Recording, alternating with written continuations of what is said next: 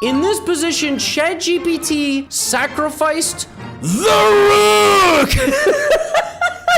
ChatGPT played rook a1 across the board, business class flight to f7. Now, keep in mind, this is a horrible move. It's just a loss of a rook. That's all it is. And Martin is a 250, but he took the rook. So now Martin is winning. Martin is gonna save humanity. Except he's an AI, but whatever. He's more human than this garbage. Rook takes f7, and in this position, ChatGPT followed up that haymaker by sacrificing the queen. Queen to d5 check, and Martin immediately took. And I was like, oh my god, ChatGPT just lost 14 points of material in 2 moves. That's like a record. You can't even do that. I mean, my goodness. And so now it takes back. And guess what? In this position, Martin followed that up by realizing he could go here. It's over. He's up 14 points of material. ChatGPT literally plays chess on multiple dimensions with pieces flying in and out of the board at any moment. And Martin is up a queen and a bishop and a rook. I was like, oh my god, this is awesome. Not only that, he's forking. It's a fork. Queen takes b4 on top of that is literally a fork. But remember, ChatGPT can summon pieces out of thin air. So at this point, it played rook to b2.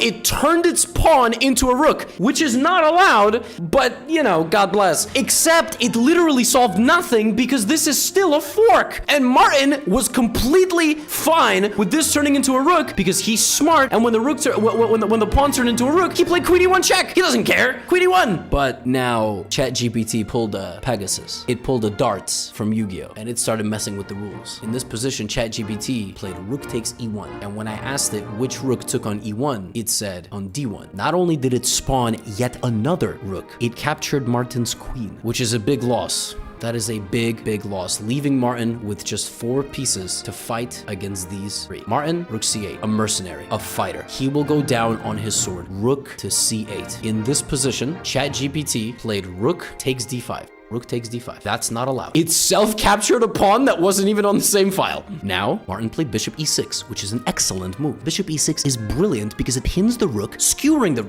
rook to the knight. Rook can't guard the knight. Martin's smart. Rook can't guard the knight. Got nowhere to go.